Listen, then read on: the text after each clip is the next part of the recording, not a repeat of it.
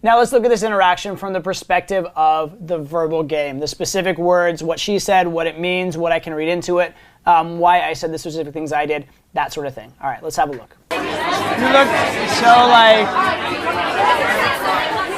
look so lost. Come here. How bad was your day? You gonna be all right? Mm-hmm. Aww. Speaking of that, I don't want to be an adult thing.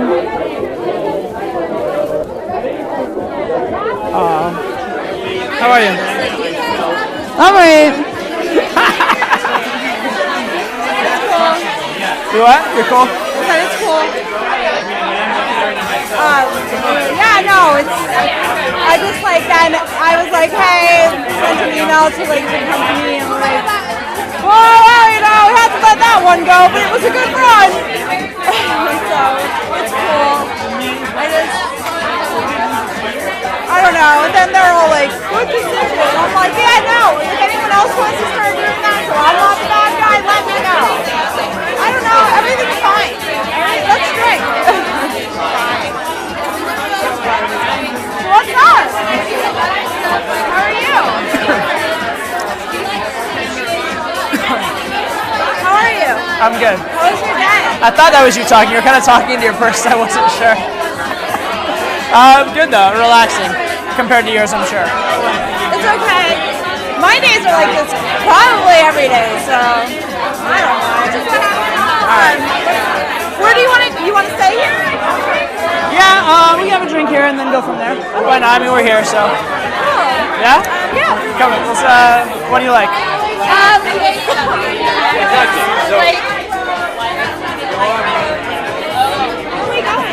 Just right here.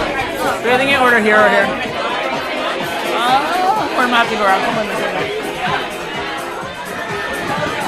we order back here or no? Sure, what can I get you? Sure.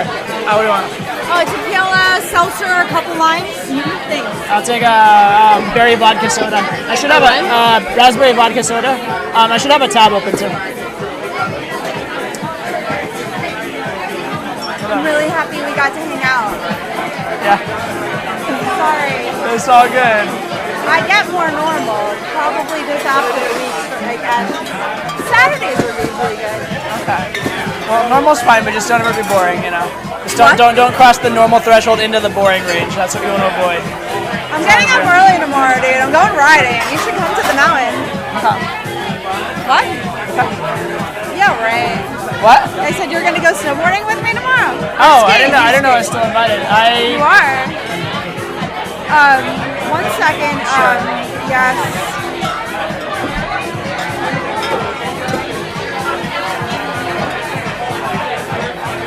It was the follow-up of the thing. I will say I've never been invited snowboarding so quickly by a new acquaintance. I was flattered. So I know very little about you or what you do, but that's okay. You seem. We're gonna talk about everything. We're gonna do everything but talk about work. Okay, no work. Let's talk about how you're tiny and frazzled but kind of adorable right now. What? Thank you. You're welcome. Usually when I'm frazzled, I feel the least adorable. I'm sorry. You're all right. Yeah, you'll be good. So thank you. So from a verbal game standpoint, this interaction is actually notable for its lack of verbal game. Okay, this is the first I noticed like a push-pull here. There's not been a whole lot of overt verbal game as compared to other interactions. It's much more subdued, much more calm, much more normal conversation. And the reason being, the girl's flustered, frazzled, she needs comfort, that sort of stuff. And so in those kind of circumstances, there's no need to game. In fact, there is such a thing as over-gaming. There's such a thing as being too try-hard. There's such a thing as being not genuine. And for the most part, a good interaction should be mainly normal conversation with just game as a spice, as necessary. Sometimes it's not necessary. If the girl already likes you, you don't have to feel the need to game. It's not like someone is like watching and like critiquing your game and being like, oh, well, he didn't use enough push-pull in this interaction. No, it's not about using techniques per se. It's about what is the effect. And the effect, the idea of technique is to be able to connect. It's to buy you time and buy you enough of her attention that you can connect with her. If you're already getting time and attention without using technique, by all means, don't use very much technique. Tell me about you. You are very like little kiddish. You know what I mean? Like you have this sort of like innocence about you. It's very charming. I try to hide from most things, and I keep myself in quite a bubble. And like, I don't know, everyone's always trying to pop it, but like, I won't let. I'm like, no, I'm just not gonna get involved in anything like that, you know. So I try to steer clear of everything I can steer clear of that isn't like okay, you know, or like not the worst or whatever. So I get thrown a lot of curveballs though. I'm always kind of dodging. One thing to note, aside from all of the obvious things that she's verbally saying that indicate she likes me, is just notice how much she's rambling. Notice how she'll sort of make a point and then she won't finish because she'll keep talking some more, and then she'll keep talking, and then she won't make a point, she'll keep talking. That's another way of qualifying and justifying yourself, right? Basically what's going on in her head most likely is she finishes a sentence and then she's like, oh, that wasn't good enough, I'll keep talking. And then that wasn't good enough, and she's keep trying to make it good enough, but it's never quite good enough for her because she's trying to impress and she's flustered, embarrassed, thinking she's not enough, etc. So notice that in the girl. Also, if you notice that in yourself, know that it means the same thing. So rambling too much and not finishing your sentences with finality and not just making your points and sticking by them is a sign of insecurity.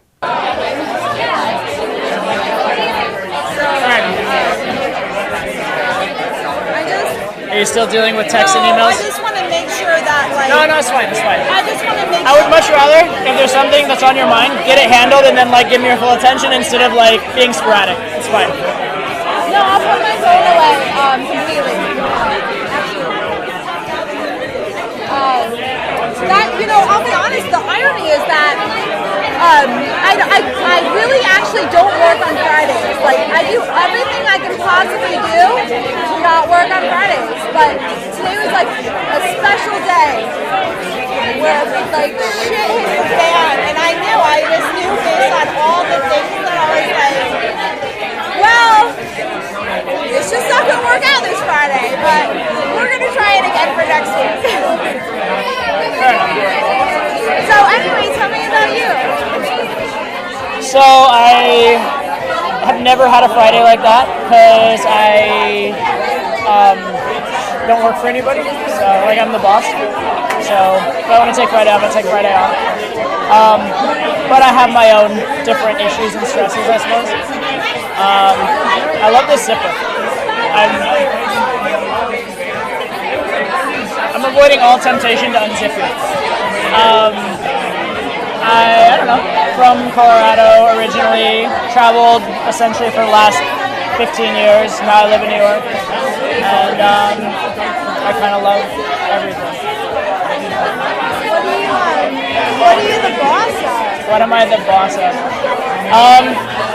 It's a few different things. I started off as a poker player, so I played poker professionally for a few years. Made some money, started investing that, and then I own a few media companies and I do an investment thing and have some employees, some camera guys, some web guys, that kind of stuff. Oh, what? I do. I worked really hard for a number of years, but now it's been worth it. Now I don't have to work so hard, which is good. Thank you. Did you so you're snowboarding and then your attitude. Do you play a lot of sports growing up? You have this very like playful, youthful thing about you. So that shit helped. But then my parents were really strict. Very strict with me. And I didn't, no boys can go to the house or like come over or talk to me until I was like literally 18 years old. So, and I wasn't allowed to do much. But the only thing my parents let me do was snowboard.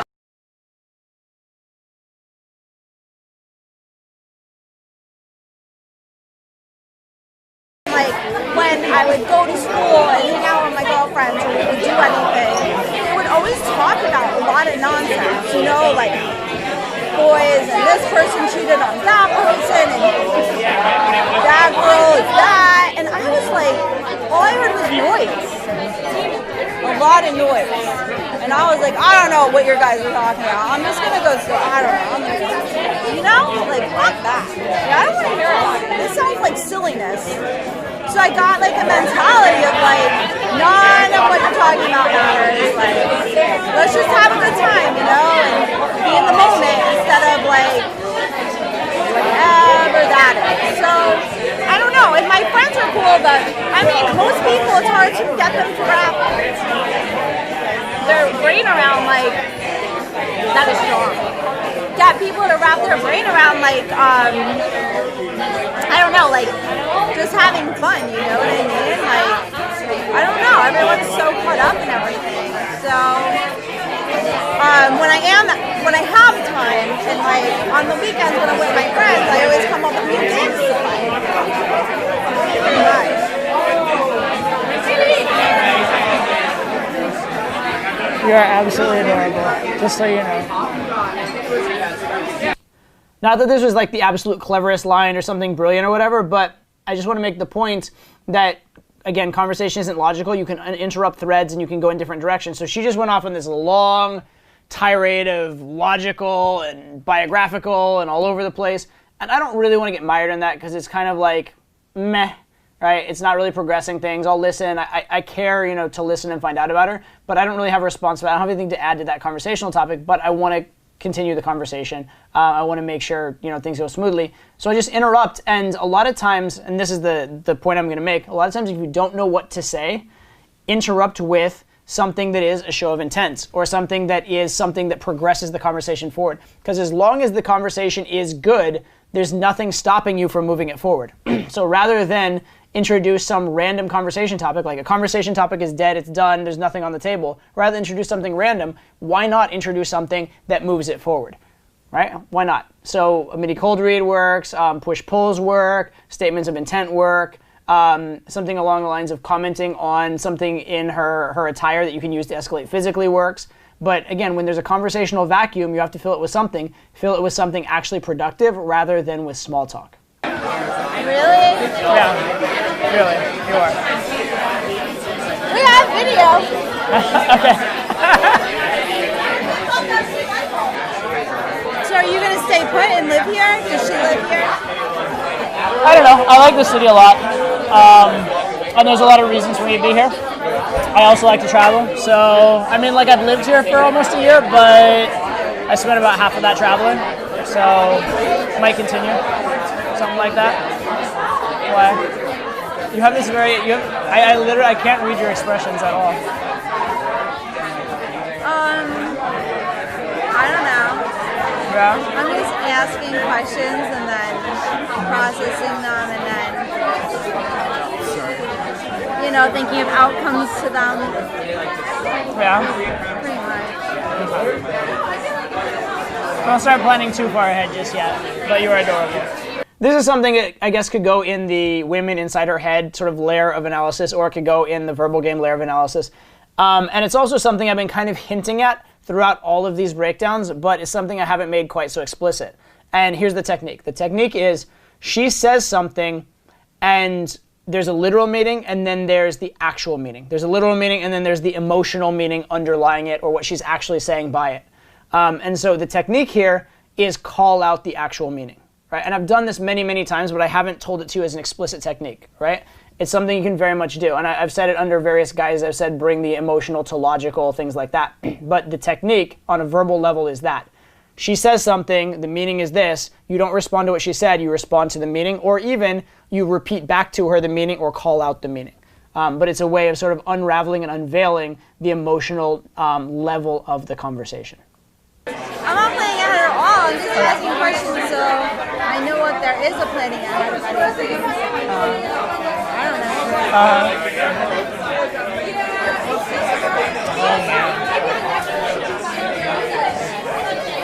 What to do? So let's play a game. Any game will do? Do you have an idea? I do have a game in mind. Okay. All right, shoot. What do you got? Let's play.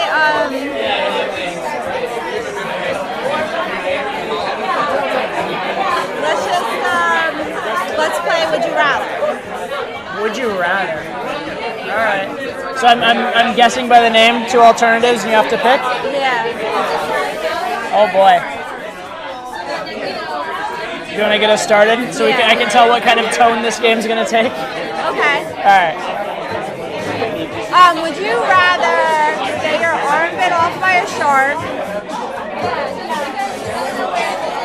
or put your hand, or go swimming in the wait, no.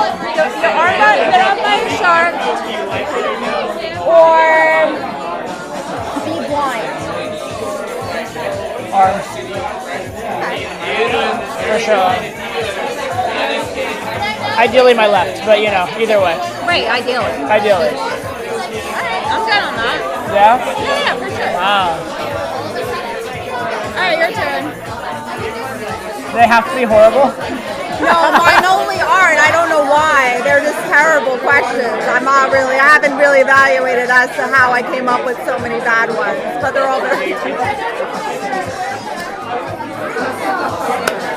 They can be happy and light, like, you know. All right. Would you rather never have a job you love or never snowboard again? As long as we're going negative. Yeah.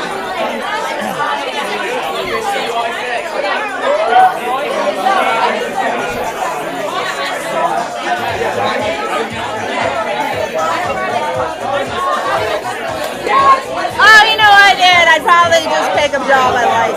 You what? I'd probably pick a job I like. Yeah? I think so.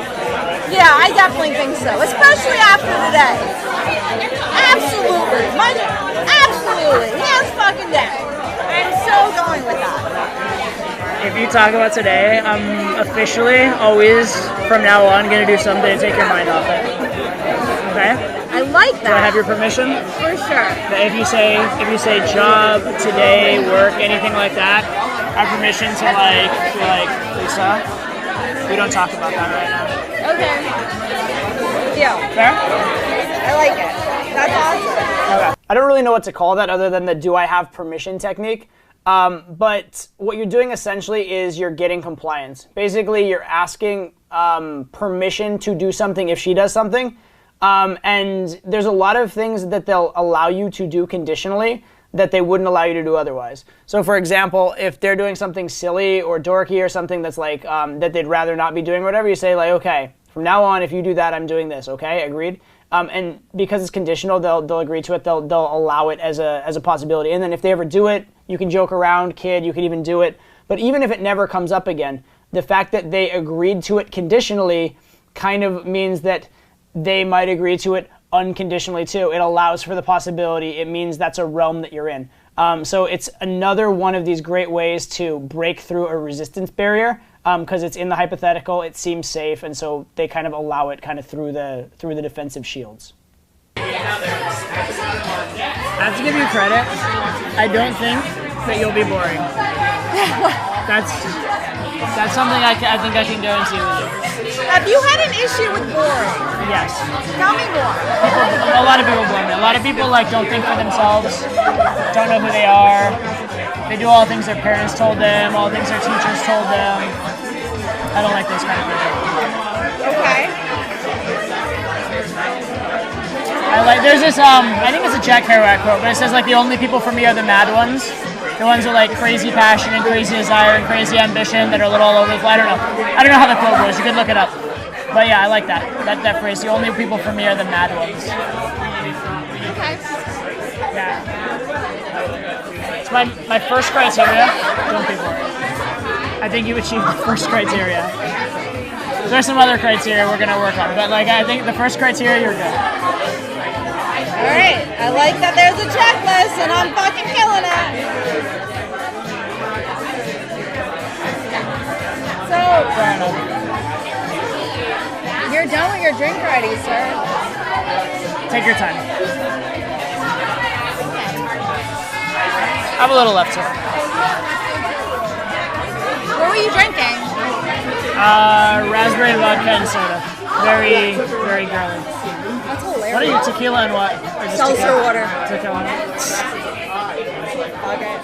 Fair enough. But the lime really adds to it, you know what I mean? Really complements. It brings everything all around.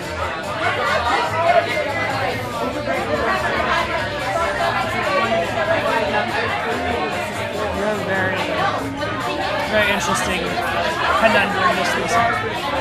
Just so you know. I love these. No. I'm trying to. No. That was cute. I love your facial expressions. That was a little presumptuous, actually, of you. It is not presumptuous if you pull my head and you're looking right at me. I don't know if this categorizes as a verbal game move or a physical game move or some kind of combined move or just a general escalation move.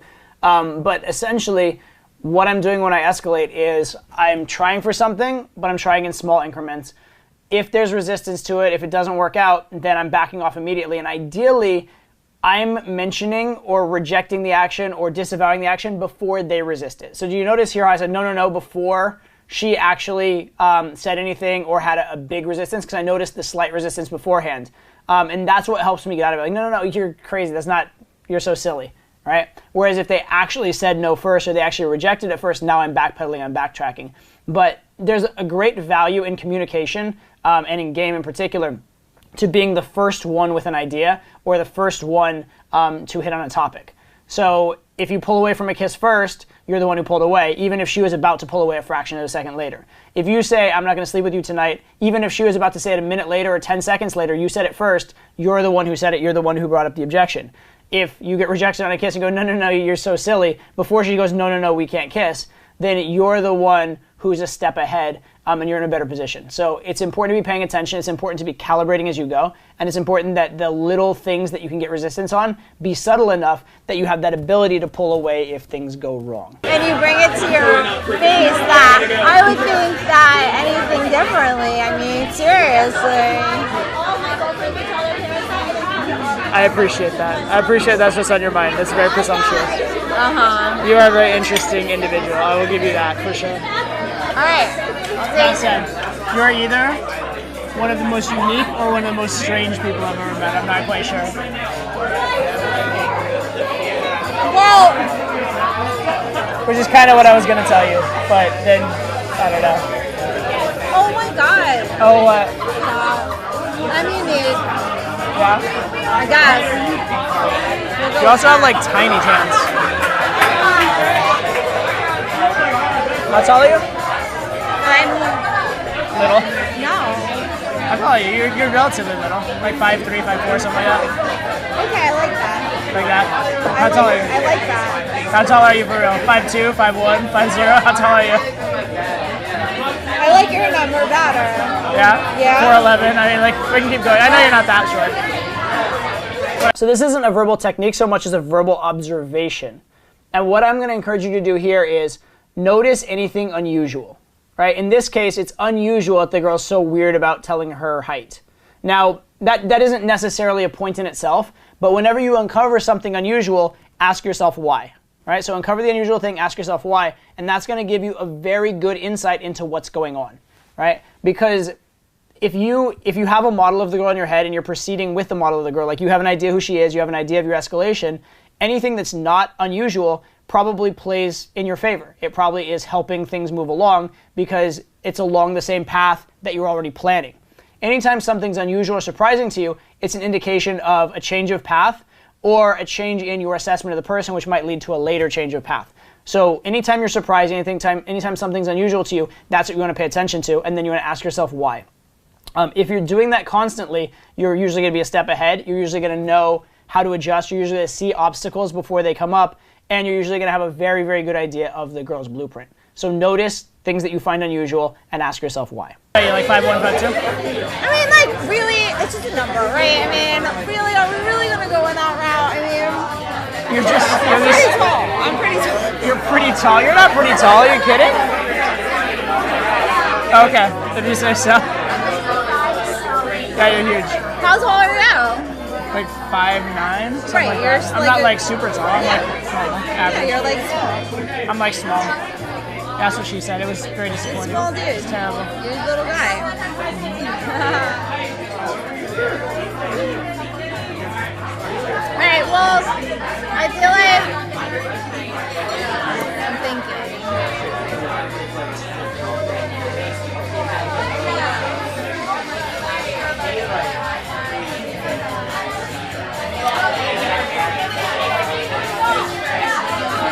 if you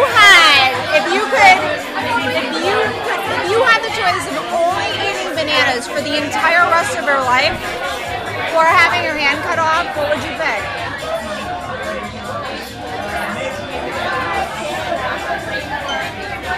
Hand, because the bananas would probably like give me cancer pretty fast. I'd probably die of some awful thing from not getting nutrients. To be fair. Oh my god, like that's so funny. I probably would, right? If you only ate bananas, you'd probably die in like 6 months anyway. Oh my god, you're really actually you are very... What, analytical? I know. High five, What, you like that?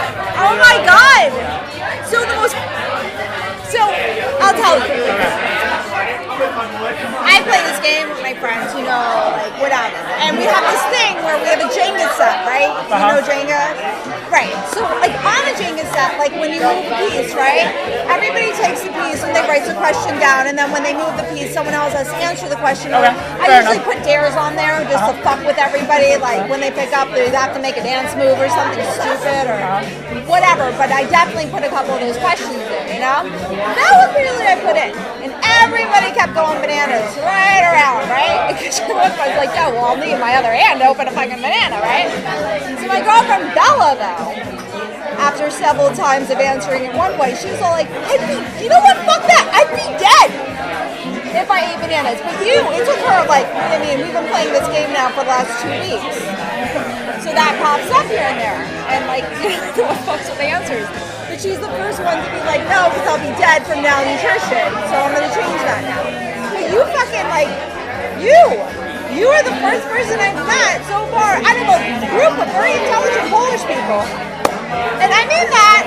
These Polish people are actually very intelligent people. Contrary to stereotypes and jokes, yes. Absolutely. They're brilliant motherfuckers. Are you both? I don't jump the gun on anything.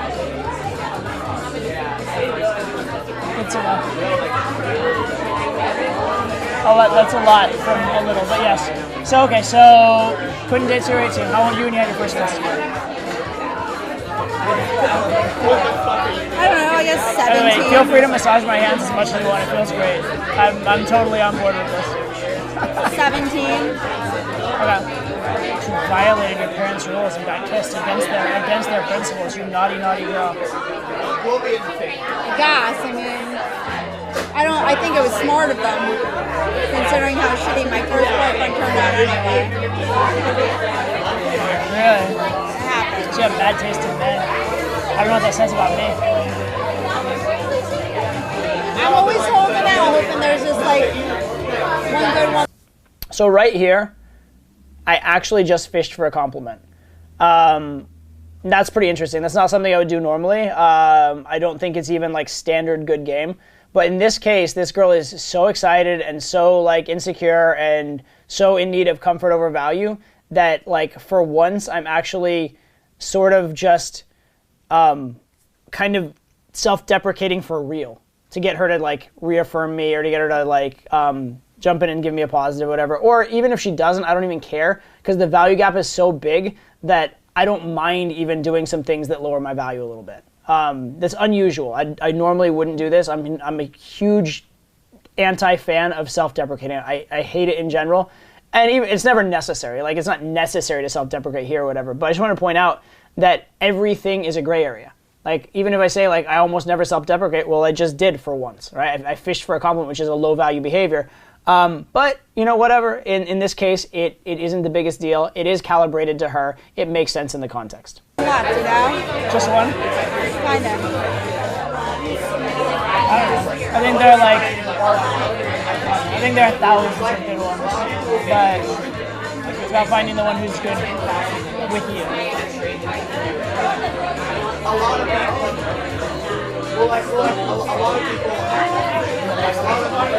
my biggest thing is, some people will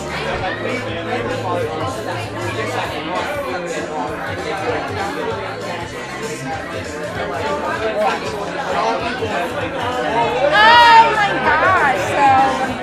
What?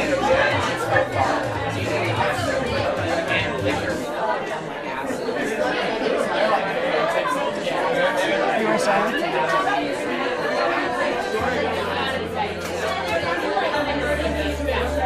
I don't see the problem if I'm using your hand to massage, plus as a stress reliever. I certainly don't have any objections. You can massage my hands, my back would be fine. I worked out pretty hard. My shoulders are a little tense. It's totally fine. I'm good with all that. Just don't get any ideas because I'm a shy boy who doesn't put his eggs in one basket and takes things very slow and etc. Really? It depends. I was kind of just mirroring what you said, but I know. Sometimes that's why I asked if sometimes it was true.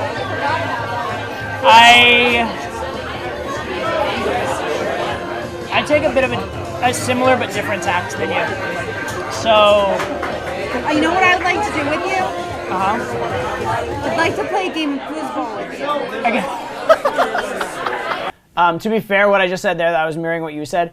What I meant is I was being sarcastic and kind of just clowning on what she said. But in this case, I think that was probably a bad game.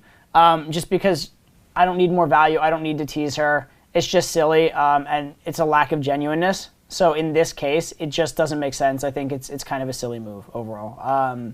But whatever. In the grand scheme of things, the point is that if you do a lot more good moves than bad moves, you're going to end up okay in game. You don't have to play perfect game. Like, I could find mistakes in a lot of these different breakdowns, like tiny little mistake here, tiny little mistake there. But if you're doing so many things right overall, the mistakes kind of fade away by comparison. If I wanted to get there, What do you know about Brooklyn? I know that it is to the right of Manhattan on a map. No. Okay. Yeah. Okay. Yeah. Right. Okay. Go. All right, right up. I'm just listening. I mean, let me be correct. It's to the east of Manhattan, but whatever. It's to the right of Manhattan on a map. I know that the L train goes over there, and I know that if I ever need to go somewhere in Brooklyn, I do this thing on my phone called Uber, and I hop in, and I put in an address, and I'm like, take me there.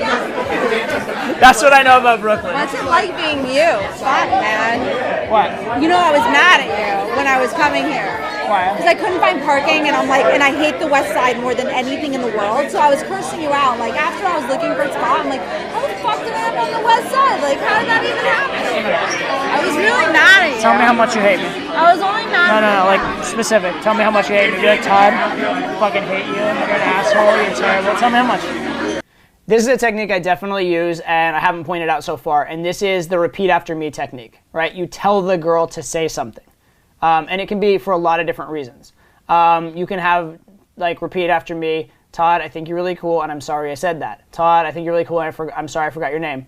Repeat after me, I will never again be such a ditz because, right, you can get them to repeat anything. But repeating is a form of learning. Repeating is a form of making yourself consistent with something. So if you want something to be true, you get someone to repeat it. One really nefarious version of the cheating one is, say you're having sex with a girl, you can tell her, like, just tell me you love me. I know it doesn't mean anything. It doesn't mean anything during sex. It doesn't count during sex. Just say it. It makes the experience better for me. And then they have sex with you, they're like, I love you during sex, and there's like high moments. It actually forms like more bonding and more attachment.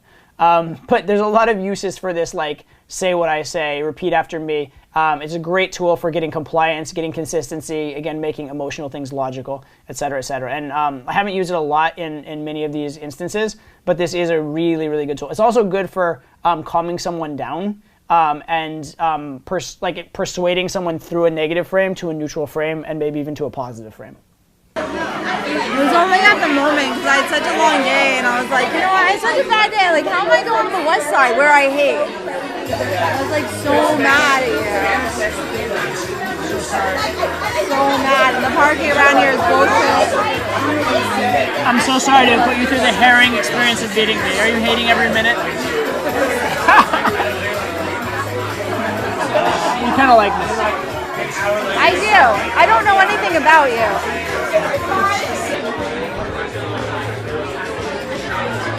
As far as expectations, intentions, that kind of stuff, my intentions extend about as far as I'd like to have a good conversation with a fun person and see if we enjoy each other.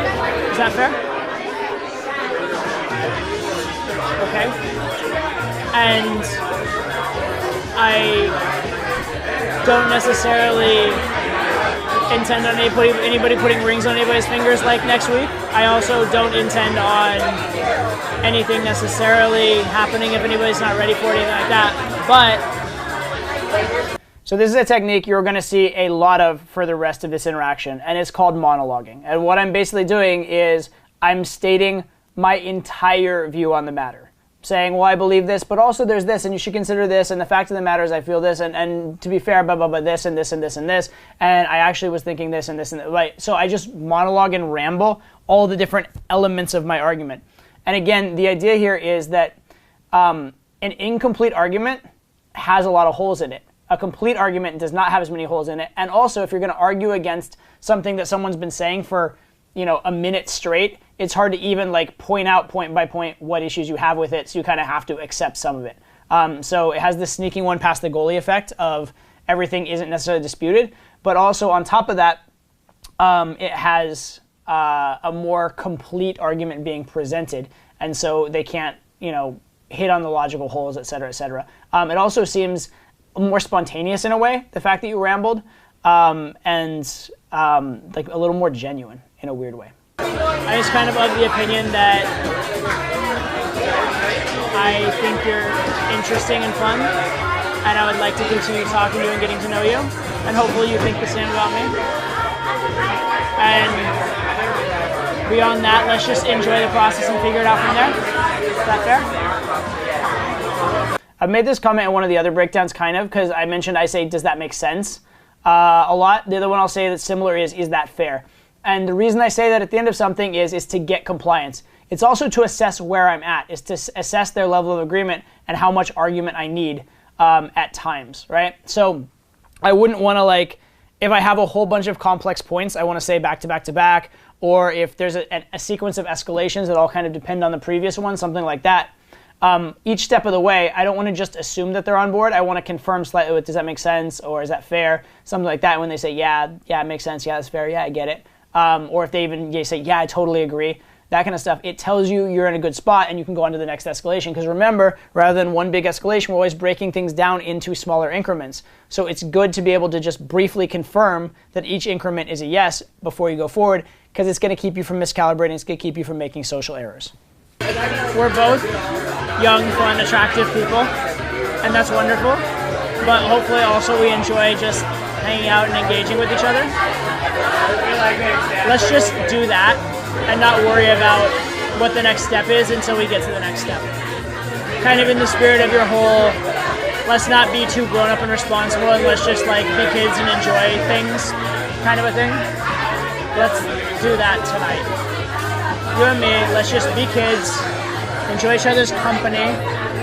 It doesn't have to be rings on fingers, it doesn't have to be all sexual or anything weird. It doesn't have to be expectations or obligations. Let's just have fun together. Is that fair?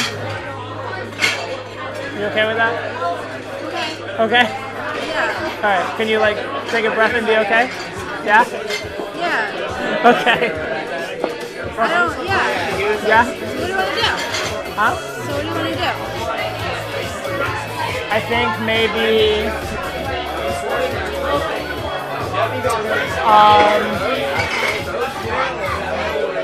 honestly, with you, the way that, like, your personality, I want to grab, it'd be hard to get a board game at this hour, so a bottle of wine and a deck of cards, find some random dumb game to play and talk, hang out in a place where there's not like a million people being loud and obnoxious, where we can just get to know each other and have fun. And if we end up being friends, I'm cool with that. If we end up being way more than friends, all the better. There? So this is just another example of monologuing, getting compliance, going through that sequence. I've just made the points before, but I want to emphasize them and point out another example so you see it in action. Are you okay with this? Yeah? Okay. You are definitely quite the conundrum. Now my guess is, for wine, there's a liquor store down the street we can buy a bottle. For cards, there's a CVS on the corner. They may have playing cards. And from there we can figure it out. I can't guarantee that CVS playing cards thing, but I think there's a chance. If not, we can find games online. Has games. Has games? Yeah? Alright. No, but like CPS has like Okay, let me like actual games. no, they have like games. All right, let me close out my tab. Give me 2 seconds, and I will be with you. Okay? Is that fair? You're good with this? Yeah.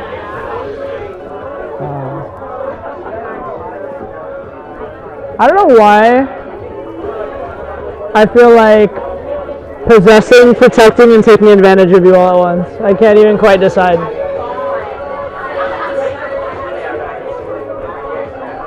So this is actually something from a style of game I call Sweetie Game, which is actually just claiming that the girl is like arousing you and attracting you, and you're actually trying to resist it. It's not a game I recommend for like the 9s and 10s. It's not a game I recommend for when there's a value gap that's not in your favor or when the frame's not in your favor, because it will not address that factor. It'll just keep putting you in the relatively lower value frame. But when you're in an equal level already or a higher level of value, it's good because it makes escalation very, very comfortable, and it's very validating and has a lot of qualifying in it. So it's a great style of game to use in an interaction that has a lot of comfort bases and a lot of qualifying, especially if that sort of nature occurs early on in the interaction. It's hard to switch to it later, but if it's something that you can set as a frame early on, it can be very, very useful. Here I'm just taking a couple of sentences of that vibe. But it's effective in this case. And the general premise is, I like you, but I'm trying not to. Will you please stop being so cute so I can not like you? I think we should take this slow. It's a lot of that kind of stuff. And you may have noticed there's other elements in a lot of my pickups and my interactions that have just little snippets of it. I rarely use that as an entire game form anymore, but I do use snippets from it here and there.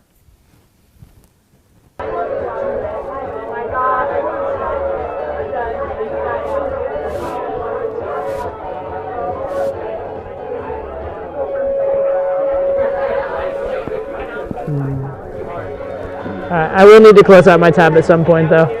And it could be, as much as I enjoy this, it could be obnoxious if I close out my tab with you hugging.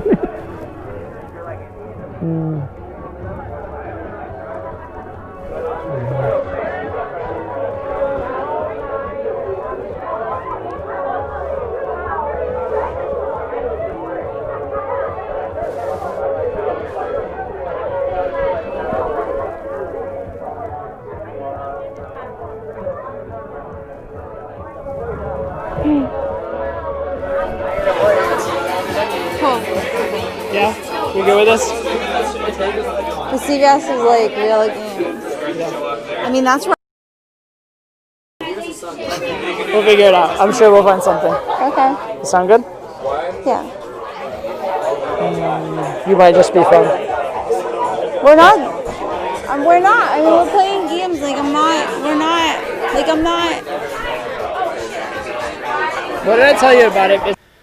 So one good way to know if an objection is emotional versus logical is if they keep just saying, I'm not, we can't, but I'm not, but there's not an actual reason behind it. When that's the case, you know that it's an emotional reason, okay? Because they can't even explicitly give a reason.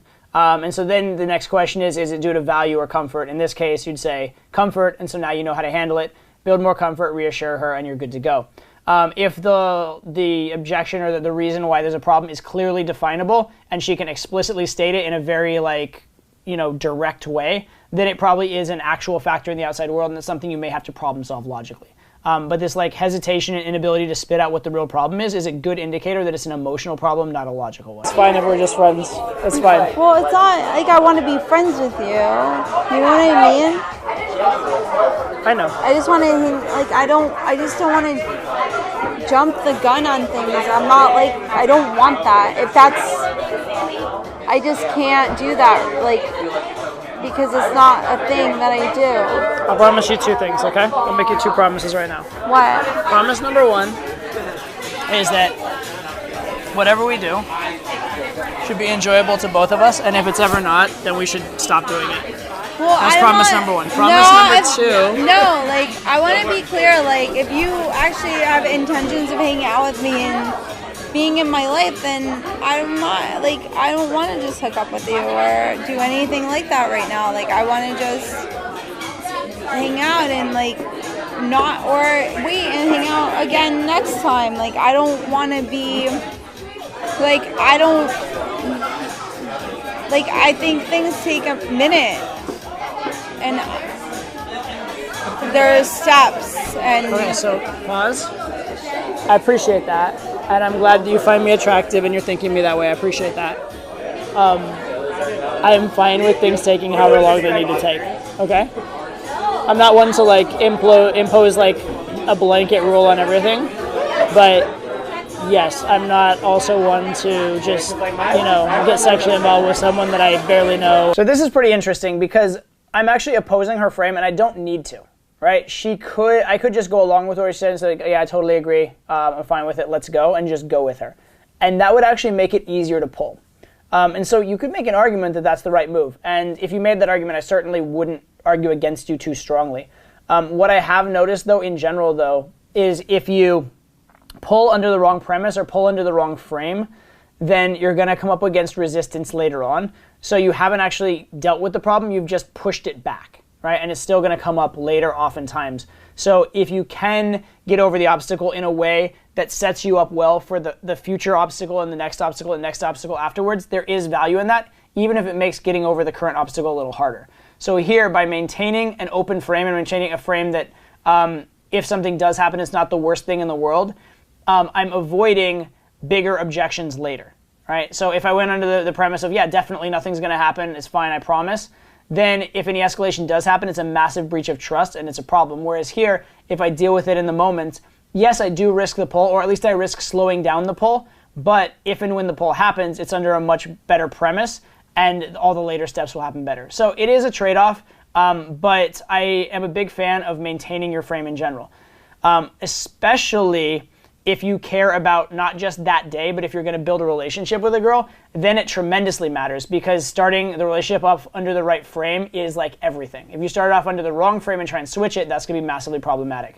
So while I agree that it might be easier to pull by lying or giving up your frame sometimes, I'm generally against it for the long-term consequences.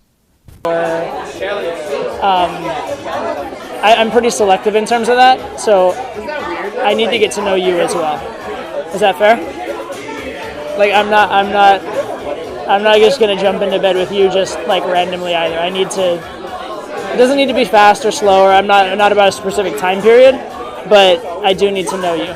So I hope we're on board in terms of that. Is that fair? Do you promise? That I have high standards and I need to know you? Yes, I promise that's true. No, Yes. you really do? No, really you do? Like us hanging out is like... Can I be arrogant for a moment? I don't know. I guess, sure. Okay. Why not? Like, I'm a pretty attractive person and I have lots of options. So yes, I'm pretty selective about who I will spend the time to go on a date with. I'm pretty selective about who I'll hook up with. I'm not gonna just like jump in anything with you without knowing you a bit. So if we get to know each other and it's amazing, I'm not gonna be like, we must take 17 dates before, etc., etc. But at the same time, And again, not to belabor the point, but yet another example of monologuing. Very, very, very useful technique for getting your point across, for making sure it's completely heard out, and making sure that there's a lot of things in your frame that are very hard to argue against. not going to be the person to just like, randomly get naked for you without having met you. You know what I mean? I need to know you a little bit as well. So what I suggested before is let's hang out, enjoy the process of getting to know each other, and let it end up being whatever it ends up being. If we end up being friends, great. If we end up being amazing lovers, great. If we end up being very serious, great. Whatever. Fair? Well, But regardless. no, wait, I'm on. I'm not. Wait. The point is, No, I'm not ready fair. to jump in anything just yet either. Okay. No, but fair, like, if you're giving it a go, then, like, are you giving it a go where you're giving it a go to try it? Or are you going to be, like, giving it a go, but, like, trying it out, giving it a go with, like, a bunch of other people to give it a go, and, like, pick which one works the best? Right now, my intentions extend about as far as a bottle of wine and a deck of cards. Is that fair? And good conversation, hopefully, with a very interesting girl who I know this much, but becoming this much. Is, I mean, honestly, I think that's about the fairest I can say.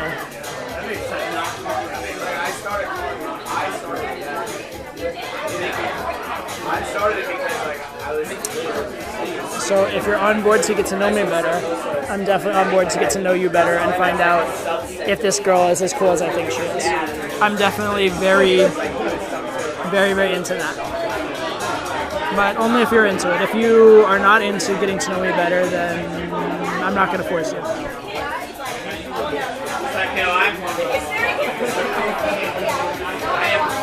I am down to hang out and get to know you.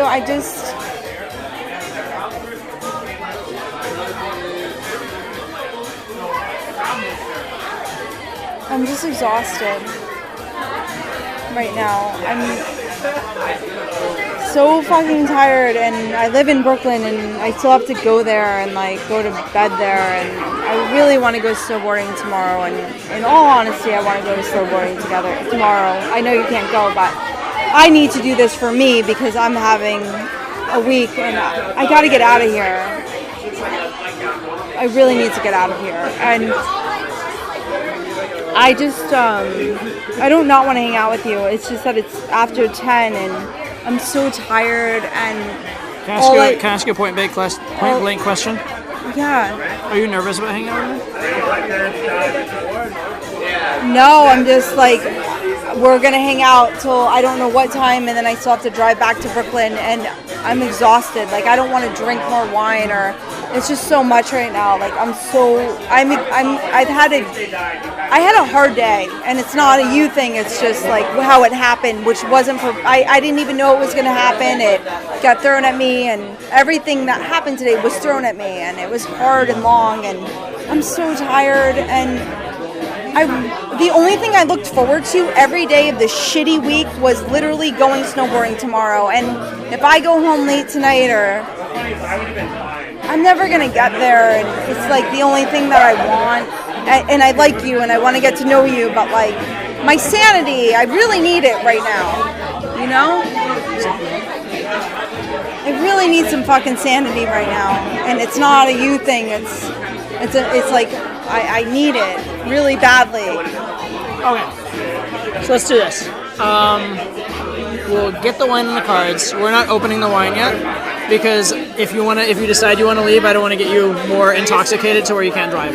If you decide you want to hang out longer, we can do the wine then. But we'll hang out, play games, and if at any point it's 10:30 right now, if like at 11 you want to go, feel free. Deal?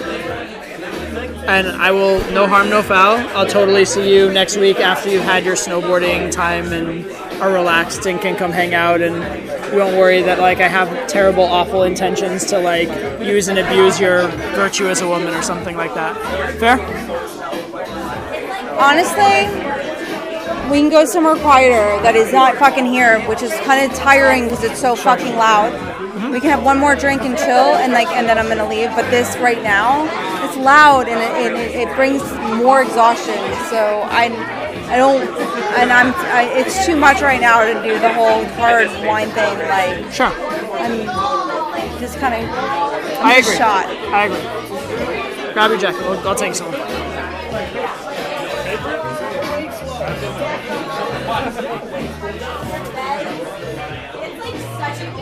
So that was interesting verbally. A couple big takeaways from that one.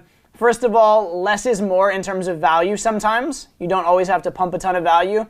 Secondly, great example of the monologuing technique. Like that entire last bit is just monologuing. So if you ever wanted to learn that, it's a great way to learn it, a great example of it. Notice, interestingly enough, the monologuing technique, it wasn't used that much, at least not as a persuasion context towards the end, or persuasion method, I guess, towards the end. In the other interactions, because I did a really good job up front of seeding things and setting up so the girl was chasing me. In this case, that wasn't the vibe by the end of it. I mean, the girl was, funny enough, like, there was a massive value gap, but she wasn't really chasing because she was so scared she was resisting. And so I actually had to use the monologuing to get over it. And that actually brings me to the final point, which is, funny enough, the girl for whom I was the highest value relative to her, to the point that she was having trouble being normal around me, actually was the hardest to game, right? So that just shows that hitting the blueprints and understanding her and working along with her natural path and being kind of synced up with her actually in some ways has more value than a big value gap itself would. Now, obviously, you do need to have high enough value to be on the girl's radar, but beyond that, more value really isn't the point and really doesn't achieve it. As long as you're at a high enough threshold that you are a sexual prospect and she looks at you as a source of validation and a win, you don't need more. What you need is more comfort, and you need more of understanding where she's coming from and ability to adjust from it and give her what she really wants.